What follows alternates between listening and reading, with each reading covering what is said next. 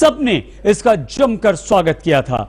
लेकिन दिन बीतते ही सियासत के तेवर बदल गए। सचिन को राज्यसभा में मनोनीत किए जाने पर नुक्ताचीनी शुरू हो गई। शिवसेना जहां इसे कांग्रेस की सियासी चाल बता रही है, वहीं लेफ्ट ने पूछा कि सौरव गांगुली क्यों नहीं।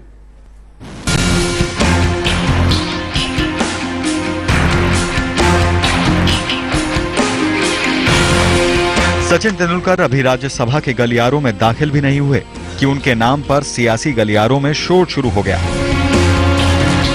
राज्यसभा में सचिन के मनोनयन पर सवाल।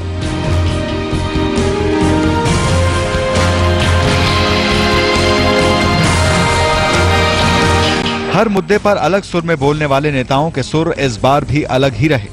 शिवसेना को फौरन याद आया कि सचिन को भारत रत्न की बजाय राज्यसभा में मनोनीत करने के पीछे कांग्रेस की चाल है।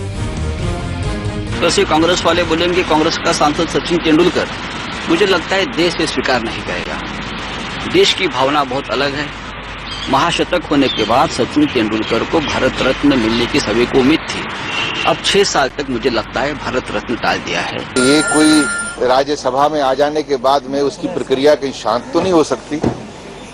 भारत रत्न जो है वो उस प्रक्रिया के बाद भी मिल सकता है।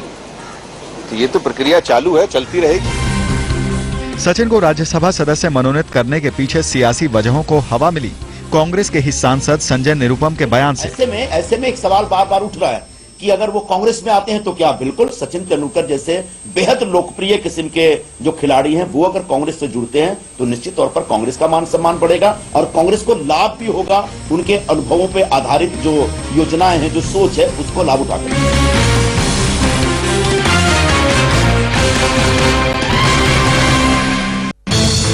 सचिन के राज्यसभा सांसद बनने की राह खुलते ही विवादों का पिटारा खुलता चला गया।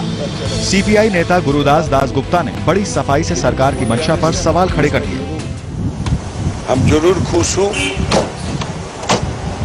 It is recognition of A sports talent, लेकिन सौरभ को भी लेना चाहिए था when he was at the top form and when he was the captain of India. Sachin भी हो सकते हैं, सौरभ भी हो सकते हैं, राहुल द्रविड़ भी हो सकते हैं, धोनी भी हो सकते हैं और तमाम बहुत सारे दूसरे लोग भी हैं, दूसरे खेलों में भी हैं। फुटबॉल में भूटिया हो सकते हैं, तमाम खेलों में। तो ये क्यों का तो कोई अंत है नहीं।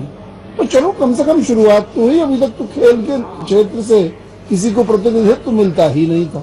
सुनील गावस्कर हैं, ऐसे बड़े खिलाड़ी हैं, बिशन सिंह बेदी हैं, इन लोगों ने जो कीर्तिमान स्थापित किए थे और उस समय आप समझिए जिस प्रकार से मीडिया है वैसा नहीं था। नहीं तो जो उनकी लोकप्रियता थी वो किसी प्रकार से भी सचिन तेंदुलकर से कम नहीं थे। तो उन्हें क्यों नहीं?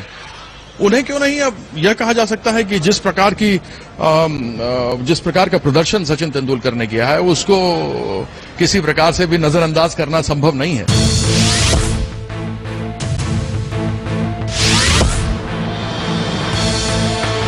हालांकि संसद में अभी बहुमत ऐसे दिग्गजों का ही है जो मानते हैं कि ये मौका राजनीति करने का नहीं, सचिन का तहे दिल से स्वागत करने का है। उनको बनाया गया या नॉमिनेशन किया गया है, उससे मैं सहमत हूँ, क्योंकि अपनी अपनी कला में जो अच्छे लोग हैं, जाने माने लोग हैं देश के, तो ये तो नॉमिनेशन अच्छा हुआ। अब जहाँ तक किस पार्टी में रहेंगे नहीं रहेंगे वो उन पर निर्भर करता है। हर फील्ड के लोग आ रहे हैं तो उनका ये प्रयास होना चाहिए पॉलिटिक्स में आने के बाद कि अपने फील्ड को वो ज्यादा से ज्यादा उज्जवल बनाए। जो राष्ट्रपति जी का मनोनयन है, कोई पार्टी का तरफ से मनोनयन लेने से उन्होंने आते थे तो वो ठीक नहीं दिखाई देता, लेकिन राष्ट्रपति का मनोनयन का जो वैशिष्टता होते हैं उसमें मैंने सोचा कि उनका साथ ये सामंजस्यपूर्ण हुआ और ये सम्मान भी इसमें बढ़ा था। वो सचिन को राज्यसभा में भेजने के लिए फील्डिंग करने वाली कांग्रेस अब सियासी पिच पर उनके लिए बैटिंग करने में जुटी है। जो लोग जाने जाते हैं उनको सदन में लाती है राज्यसभा में और एक तरह का सम्मान होता है। उसी तरह राष्ट्रपति के नामांकन का जो प्रावधान है उसके अधीन इन लोगों को लाया गया है और मुझे लगता है इसको सबको स्वागत करना चाहिए। जो इसमें भी राजनीति देखने की कोशिश करते हैं उनके बारे में मैं क्या कहूँ, उनको 4 बार खुद सोचना चाहिए। जब उनकी सरकार थी तो वो जब लाए थे तो क्या उन लोगों के बारे में हम लोगों ने तो कोई ऐसी टिप्पणी नहीं की। कहते हैं राजनीति काजल की वो कोठरी है जहां बड़े से बड़े सयानों पर भी कलह की कोई ना कोई कालिख लग ही जाती है। सचिन को आभास हो गया होगा कि राजनीति की पिच पर 6 साल बैटिंग करना उनके लिए आसान नहीं होगा। आज तक ब्यूरो। सचिन के मनोनयन पर जहां सियासत तेज है, वहीं पूर्व क्रिकेटर और बीजेपी के सांसद नवजोत सिंह सिद्धू इस मुद्दे पर मजबूती से सचिन के साथ हैं। आज तक के संवाददाता अशोक सिंघल के साथ एक्सक्लूसिव बातचीत में सिद्धू ने यहां तक कह दिया कि कांग्रेस ने सचिन को राज्यसभा में मनोनीत कर सही फैसला लिया है। सचिन तेंदुलकर को राज्यसभा के लिए नॉमिनेट किया गया। इस बारे में बात करने के लिए हमारे साथ मौजूद हैं पूर्व क्रिकेटर नवजोत सिंह सिद्धू। सिद्धू साहब, सचिन राज्यसभा में आएंगे, नॉमिनेट किया गया, क्या कहना आपका? सचिन तेंदुलकर हार्ड मास का पुतला नहीं है, व्यक्तित्व नहीं है, एक संस्था है और संस्थाएं सवालों से परे होती हैं, पार्टी पॉलिटिक्स से कहीं ऊपर होती हैं। हिमालय पर्वत सी ऊंचाई है सचिन तेंदुलकर की। और आज जहां राजनेताओं पे विश्वास नहीं है, the image of the ugly politician needs to be corrected. अगर लोगों में विश्वास जगाना है, अगर लोगों में ये नारा जगाना है कि सारे जहां से अच्छा हिंदुस्तान हमारा, तो तेंदुलकर जैसे लोगों का राज्यसभा में जाना अनिवार्य है। लेकिन सवाल उठ रहे हैं नवजोत सिंह सिद्धू साहब, सवाल उठाए गए हैं कि राजनीति कर रही है कांग्रेस, कहीं ना कहीं राजनीति की बू आ रही है इसमें। नहीं, हर चीज राजनीति से नहीं होती। राज्यसभा की शोभा बढ़ेगी। कुर्सी से आदमी नहीं होता, आदमी से कुर्सी होती है। और सबसे बड़ी बात, जहां राजनेताओं पे विश्वास नहीं है, वहां तेंदुलकर और रेखा जी पे विश्वास है। उनकी अदाकारी पे विश्वास है, उनके हुनर पे विश्वास है, उनके हर कदम पे विश्वास है।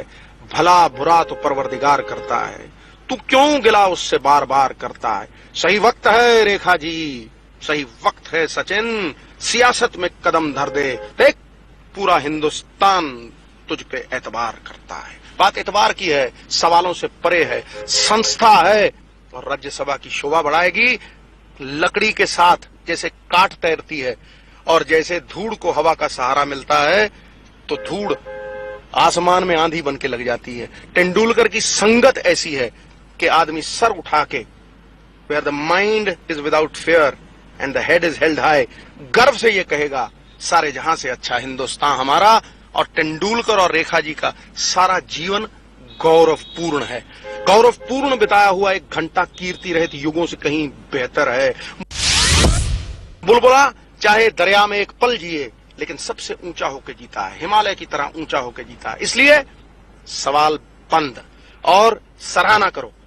कांग्रेस की मैं सराहना करता हूं कि ये चयन सही है। जहां चोर डाकुओं की पार्टी बन गई थी, वहां पहली बार विश्वसनीयता से भरे हुए लोग, क्रेडिबिलिटी से भरे हुए लोग सामने आए हैं। सत्य, मेरी बात समझ लो, सत्य प्रताड़ित हो सकता है, पराजित कभी नहीं होता, और यही सत्य है। सिद्धू साहब, शिवसेना जो आपकी सहयोगी है, कीर्ति आजाद जो बीजेपी के एमपी हैं, क्रिकेटर भी हैं, वो भी सवाल उठा रहे हैं कि कांग्रेस राजनीति कर रही है, इस्तेमाल करना चाहती है। राजनीति में खूबसूरती ये है, लोकतंत्र में हर आदमी को अपनी आवाज बुलंद करने का मौका होना चाहिए, लेकिन हर आदमी का अपना ओपिनियन है। बस में चढ़ो तो सामने लिखा हुआ आता है, सवारी अपने सामान की खुद जिम्मेवार है। हर आदमी अपने ओपिनियन का खुद जिम्मेवार है। सिद्धू साहब, एक और सवाल, पूर्व क्रिकेटर संजय मंजरेकर जो उनके दोस्त भी हैं, उन्होंने भी कहा है कि ये ठीक नहीं, सुटेबल नहीं है सचिन तेंदुलकर के लिए। उन्होंने ऐसा क्या किया है कि वो राजनीति में कुछ कर पाएंगे?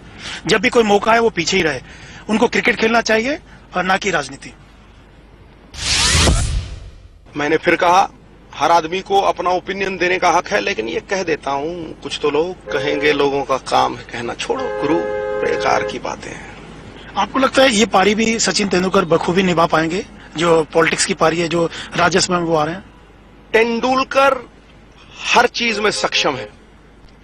तेंदुलकर को भगवान इसलिए मानते हैं कि सारे वर्ल्ड में अगर हिंदुस्तान का नाम है तो ये तेंदुलकर खालिद सोना, 24 कैरेट गोल्ड। 24 कैरेट गोल्ड आप आग में भी डाल दो, वो काला नहीं होगा, वो चमकेगा। तेंदुलकर के ऊपर एक बात समझ लेना, कोई शक नहीं है, कोई शुभा नहीं है, उसकी क्रेडिबिलिटी को प्रूव करने की कोई जरूरत नहीं है। बौना फिर बौना है, चाहे पर्वत के शिखर के ऊपर खड़ा हो, और देवता फिर देवता है, चाहे कुएं की गहराई में खड़ा हो। तो सूर्य को प्रमाण देने की क्या जरूरत है कि उसमें प्रकाश है? उसका तेज प्रमाण नहीं है? आकाश की कोई सीमा नहीं, पृथ्वी का कोई तोल नहीं, साधु की कोई जात नहीं, और पारस और तेंदुलकर और रेखा जी का कोई तोल नहीं, कोई मोल नहीं, ना तोल है ना मोल है। बात खत्म, कटैक। सिद्धू साहब एक आखिरी सवाल। ये कहा जा रहा है कि कपिल देव भी थे, बहुत लोग थे, कि उनको क्यों नहीं नॉमिनेट किया गया? आखिर सचिन को क्यों? बहुत सीनियर क्रिकेटर थे, कपिल देव ने वर्ल्ड कप जितवाया, तो आखिर क्यों? जब नॉमिनेशन होती है तो जो चयनकर्ता लोग हैं ये उनका हक है। हर आदमी को तो नॉमिनेट नहीं कर सकते, जितने नॉमिनेट होने थे उन्होंने कर दिए। तो ये सवाल तो उनसे पूछिए ना, सवारी अपने सामान की खुद जिम्मेवार। रेखा जी के लिए आखिरी क्या कहना चाहेंगे अपने अंदाज में?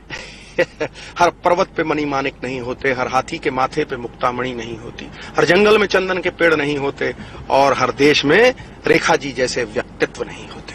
धन्यवाद हमसे बात करने के लिए। ये थे नवजोत सिंह सिद्धू।